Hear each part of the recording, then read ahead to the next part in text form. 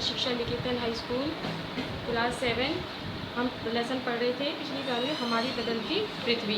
तो हमने सारा पढ़ लिया था कि भूकंप किस प्रकार आते हैं, पृथ्वी कैसे होता है, उद्गम स्थान क्या होता है।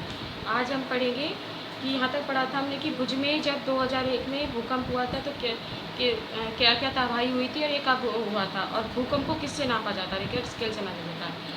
आज हम पढ़ेंगे कि नदी के कार्य क्या होते हैं। नदी होती है कि जब पानी जो होता है बहुत ऊँचे बहुत उससे गहरी उससे अधिक कठोर उस पर गिरता है, जैसे कठोर उसमें से गिरता हुआ दिखाई दे रहा है, इसको कहते हैं जल प्रवाह। यानी कि बहुत ऊंचाई से जब जल जो है नीचे गिरता है उसको कहते हैं जल प्रवाह, यानी कि कठोर सैल से जब नीचे गिरता है।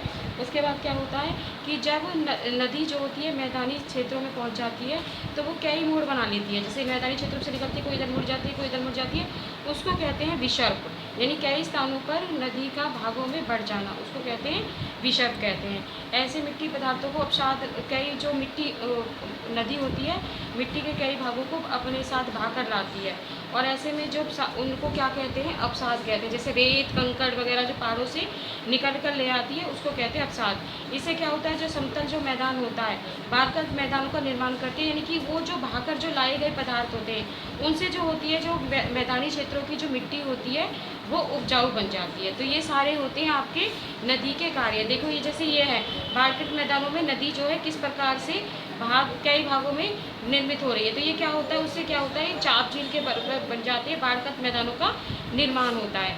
उसके बाद इसके बाद पढ़ेंगे कि किस तरह से समुद्रिक, अब ये तो पढ़ा था नदी के कार्य, कि समुद्र के कार्य क्या होते हैं। समुद्र के कार्य होते हैं कि समुद्र की जो तरंगे होती हैं वो तटीय सैलों से टकराती हैं, जिससे क्या होता है कि उसमें दरार पड़ जाती है। जैसे पानी है इसमें उससे टकराती है तो एक समुद्री गुफा का रूप ले लेती है।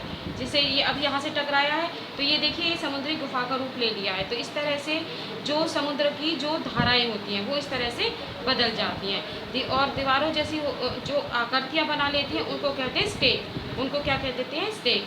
अब पढ़ेंगे कि हिमनद के कार्य क्या होते हैं। ये देखो हिमनद होता है, यानी कि हिम माने बर्फ जो होती है और नदी माने नदी, यानी कि बर्फ की जो नदी होती है। हिमनद तथा नेबर की नदियाँ होती हैं कि जो कठोर चट्टानों से गोल सभी मिट्टी द्वारा पृथ्वी को वृत करती है और हिमनद गहरे गर्तों का निर्माण करती हैं। पर्वतीय क्षेत्र में बर्फ पिघलने से क्या होती है, उनके गर्तों में जल भर जाता है और समुद्र सुंदर झील बन जाती है।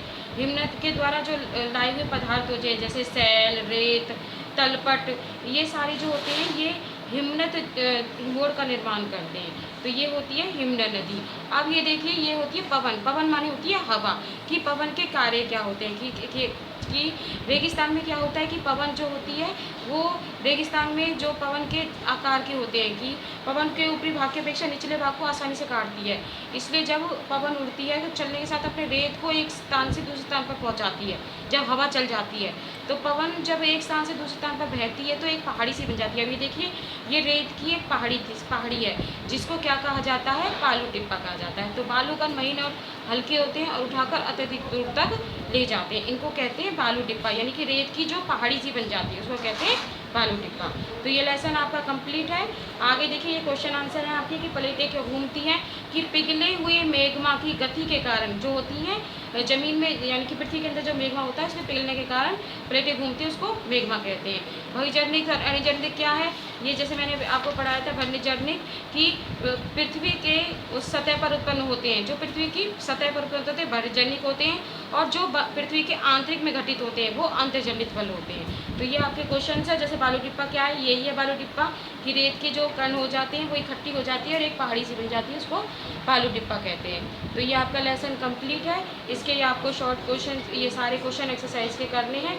दूसरी बात कि आपके यूनिट टेस्ट होंगे उसमें आपके तीनों बुक के दूसरे और तीसरे सभी लेसनों में से क्वेश्चन आंसर आएंगे SST में।